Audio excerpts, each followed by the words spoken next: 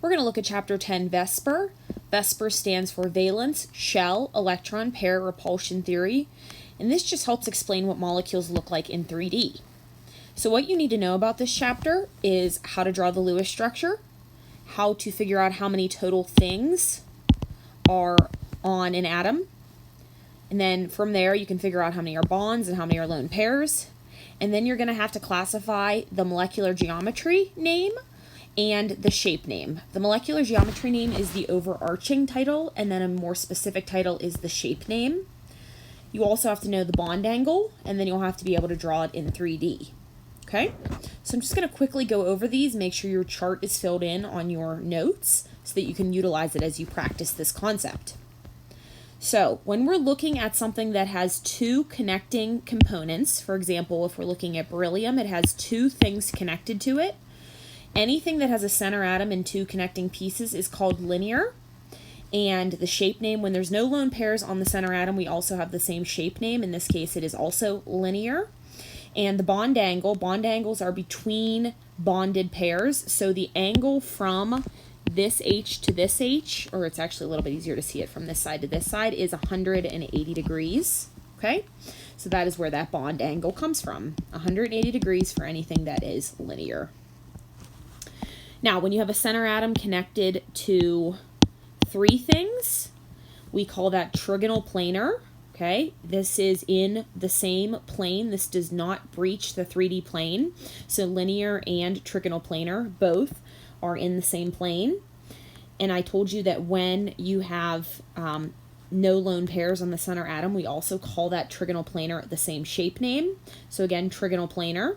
And this actually looks like a triangle, which is why it's called trigonal planar. And you can see here when you draw the 3D structure, you draw your center atom and then replace with the outer atoms and put them in the sort of order to demonstrate that 120 degree angle. Okay, because we're looking at a 360 degree plane. You do not have to draw the bond angle when you draw the 3D structure. I'm just demonstrating it. Then we have three examples here of tetrahedral. Tetra in chemistry means four. So we have a center atom connected to four things connected to it.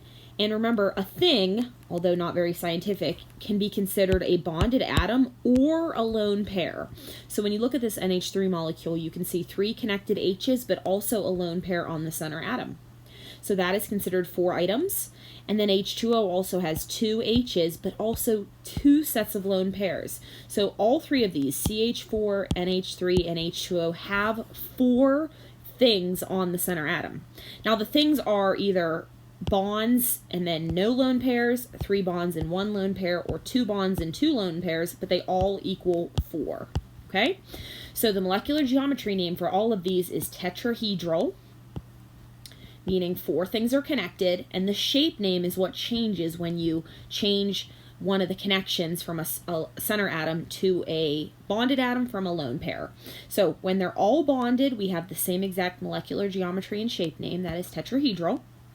Now, if you replace it with one set of lone pairs, or a lone pair, excuse me, it is called trigonal pyramidal, and again, that name comes from the appearance of it kind of looking like a pyramid when you draw the 3D structure, and we'll talk about that in a minute, but that's where that name comes from.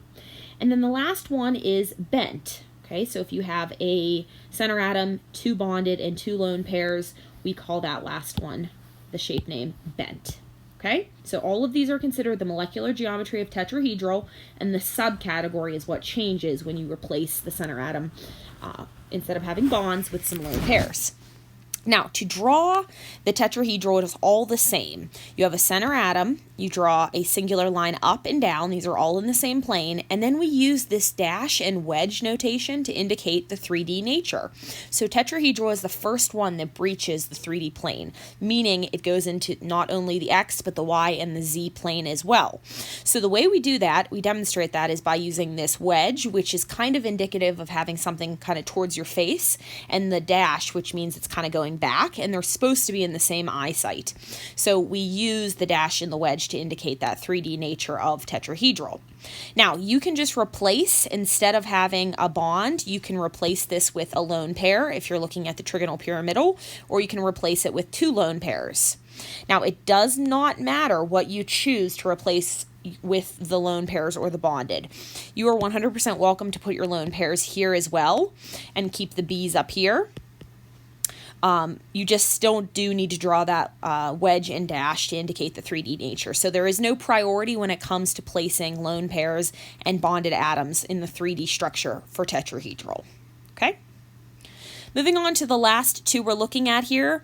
I cut off a little bit of this notes page accidentally, but when there is 5 connections, it is called trigonal bipyramidal. So this tri and bi is 3 and 2. It adds up to 5 connections. Okay, so anything with 5 connections is called trigonal bipyramidal. And then the shape name, if they're all bonded atoms, no lone pairs on the center atom, is also trigonal bipyramidal. Now, there are 2 angles actually associated with this. It is 90 and 120, and I'm going to show you where. So this is the 90-degree angle. Okay, and then in between here, it's kind of hard to see, but this is the 120-degree angle. So 90 on the top and to the sides, and 120 in the middle. Now, this one does have priority if you were to replace any of these with a lone pair. The lone pairs have to go in one of these middle sections because that is the 120-degree angle, and lone pairs want to be in the space that has the most amount of room. Okay, so you want to put them, if you have to draw this, you may have to draw it in one of these center. It doesn't matter which one, but it should not go on the top or the bottom if it is a lone pair. All right, and then the last one is octahedral. Octahedral, remember we said it's octahedral because in 3D this would have kind of look like a diamond and have 8 flat planes laying against it. That's where that oct comes from. So 6 items on it, octahedral, octahedral again. Now this is all 90 degrees, and this is the first one where we're going to be using 2 dashes and 2 wedges. There is no priority here. If you have to draw it with a lone pair, you can put the lone pair anywhere because all of these are 90 degrees. Okay? All right, now let's move on using our chart to practice this, okay? So when you're working through any example here, you need to first always draw your Lewis structure. So we're going to do a quick electron count here. Silicon has 4 valence, chlorine has 7 times 4. If we add this up, 28, 32. Okay, so total of 32 electrons. I'm going to kind of speed through this because we have learned this already. If you need any help with this, please ask, because you have to be good at Lewis structures to understand 3D structures in VSEPR. Okay, so now we need to compare this with something that has a center atom and 4 connecting atoms. So you're going to go back and you're going to look and you're going to say, okay, this looks similar to this CH4. So we're going to go ahead and use the molecular geometry and the shape name, look at the bond angle, and also use it to draw the 3D structure. Okay? So what we're going to do is our geometry name in this case is tetrahedral, tetra meaning 4. The shape name is actually the same thing because there is no lone pairs on the center atom, and my bond angle is 109.5 degrees, okay? Now, when we draw this, we can go ahead and put our center atom. We can go ahead and put our top and our side. And I did tell you, you do not need to do your lone pairs on your 3D drawing, but if you're at all uncomfortable or you don't remember that, you're 100% welcome to put the lone pairs on the 3D. Okay, but you don't have to if you have a Lewis structure there, because this is just really focusing on shape. All right, we're going to move on to ALF3. So ALF3, make sure you go ahead and count your electrons. Remember, F is an exception, or excuse me, aluminum is an exception. It is a small atom. It only wants 3 bonds. It doesn't need 4. So we're going to look on our chart, go back to your chart, and see something that has a center atom and 3 connections. You're going to see that that is trigonal planar, meaning it is all in the same plane. And the bond angle between the bonded atoms is 120 degrees. Oh, excuse me, I put this in the wrong column here. Our shape name is actually the exact same thing, trigonal planar. And our bond angle is 120 degrees. Now, remember, even though we're learning shapes, your Lewis structures do not have to change. They can be any way. It doesn't need to show the shape on your Lewis structure. So it doesn't matter that you drew it like this as long as you draw your actual 3D structure showing that angle as best as you can. Okay, and again, you can put those dots around the F, but you don't have to. Oh, I think I accidentally copied this ALF3 twice, so please excuse me there. I'm going to go ahead and move down to PH3. So I'm going to go ahead and draw P. And again, you should be counting your electrons. I do just know what these look like, so I'm going a little bit faster. So let's see how many connections we have here. We have 1, 2, 3, 4. And again, if one of these was a double bond, okay, it is still considered a connection. It doesn't matter that it's a single, double, or triple. It's still considered just one thing connected. So if you look back, you need something that has 4 connections. We know that that's called tetrahedral. We know the shape name, if we look on our chart, is trigonal pyramidal.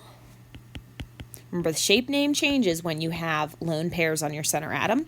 And my bond angle for this is a little bit more specific. It is 107 degrees. We're going to go ahead and draw our structure, and it doesn't matter where you put your lone pairs. If you do choose to put it on the top here, you can go ahead and draw this like that. You don't want to draw it with a bond because it would look like there's more electrons going on here. I'm going to go ahead and put an H here and an H here. But again, it doesn't matter where you put your lone pairs on this one. The only one that it really matters is trigonal bipyramidal. So I'm going to go ahead and finish this. BE is another exception, and again, you have notes that tell you all the exceptions. Usually it's because they're very small and they can't hold more bonds. So we need something that is 2 connections on a center atom that is linear. The shape name is also linear. And my bond angle for this is 180 degrees. It's very simple to draw linear because you just draw it in a line. You could do it vertically if you wanted as well, although it's more common to see it horizontal. All right, and the last one is HOCl. This is definitely one you're going to want to draw or count the electrons for, excuse me. I'm going to speed through this because I do know what this looks like. Okay. If you're having any trouble with that, please ask. So the geometry, we need to see how many connections are there. There is 1, 2, 3, 4. Okay. So that means it is still tetrahedral. A lot of tetrahedral practice here. The shape name for this one is called bent, and again, that is because it really does look kind of bent or crooked. If you want to look at the molecule kit again, you're welcome to. Please don't hesitate to ask that.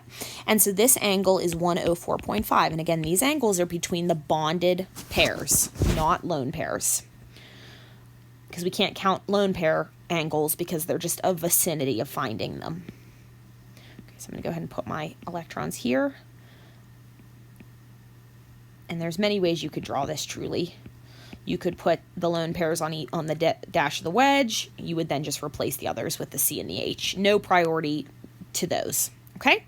Hope this helps you out a little bit. There's some other videos. If you'd like any, please let me know. And come if you have any questions.